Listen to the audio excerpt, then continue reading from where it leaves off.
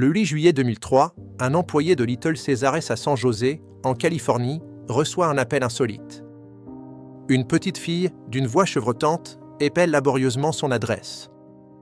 L'employé ignore qu'il est le seul contact de la fillette avec le monde extérieur depuis son enlèvement, son ravisseur la forçant à commander une pizza.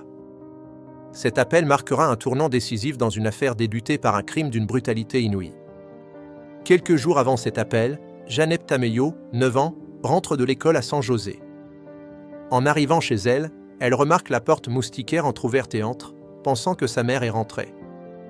La fenêtre de sa chambre brisée et le câble du téléphone coupé alertent son instinct de survie.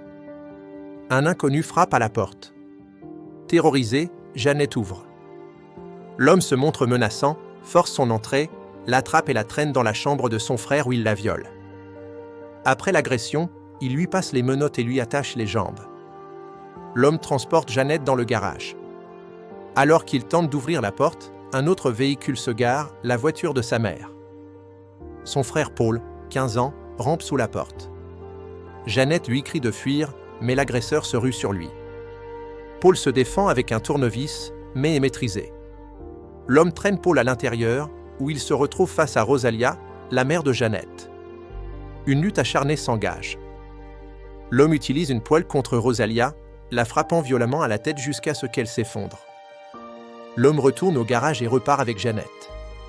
Elle aperçoit sa mère, le visage ensanglanté, courir derrière la voiture. Dans la voiture, elle tente d'attirer l'attention en criant. Son ravisseur la frappe avec le tournevis. Jeannette, blessée, se convainc qu'elle va mourir.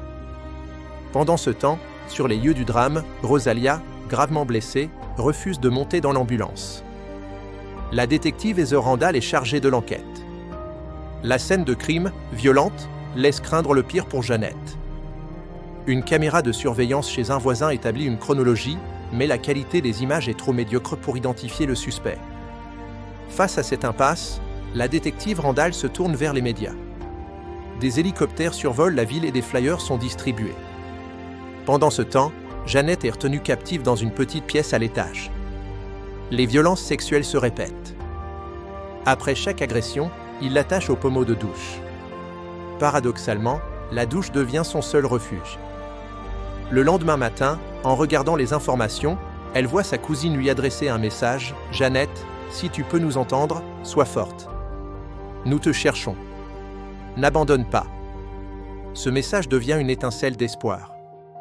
Sa peur se mue en une détermination farouche, elle décide de se battre pour survivre. Comprenant que sa vie dépend de sa capacité à gagner la confiance de son bourreau, elle entame une stratégie de manipulation. Profitant d'un répit, Jeannette, observant que les menottes étaient mécaniques, trouve le mécanisme de verrouillage et se libère. Sachant qu'elle n'a que quelques minutes, elle rassemble des preuves, la montre de l'homme et sa propre culotte. Le 3e jour, la stratégie de Jeannette porte ses fruits. Son ravisseur, apaisé, lui demande si elle a faim et lui tend son téléphone pour qu'elle commande une pizza. Sous la contrainte, elle appelle la pizzeria. Avec une présence d'esprit remarquable, Jeannette mémorise le numéro de téléphone et l'adresse. Quand la pizza est livrée, l'homme revient avec la boîte, sur laquelle il a déposé un avis de recherche de Jeannette. Il lui annonce qu'ils doivent se débarrasser d'elle ce soir-là. Après son départ, Jeannette, saisie par l'urgence, cache les preuves qu'elle avait collectées dans la boîte à pizza qu'elle glisse sous le lit. L'homme revient et tente de l'étouffer avec un oreiller. Au bord de l'asphyxie, Jeannette parvient à glisser son visage sur le côté pour prendre une bouffée d'air. Après la douche, l'homme l'emmène en voiture pour un long trajet. Il s'arrête près d'un magasin d'alcool, la menace, puis la relâche. Hébétée, Jeannette se précipite dans le magasin. Le caissier, qui l'a reconnu, lui donne le téléphone et appelle le 911. La détective Heather Randall arrive. Jeannette lui annonce qu'elle a des preuves dans ses poches et sort les objets qu'elle a volés.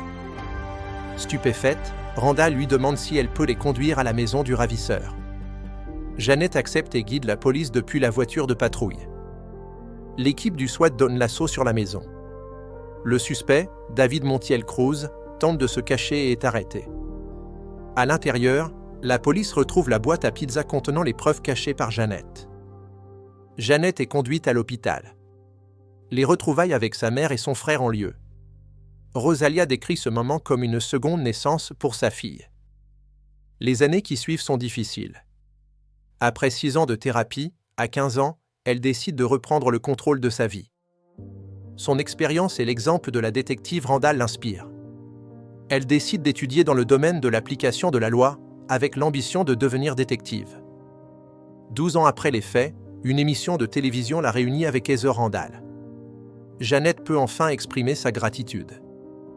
L'histoire de Jeannette Tameyo est un témoignage bouleversant sur la résilience de l'esprit humain.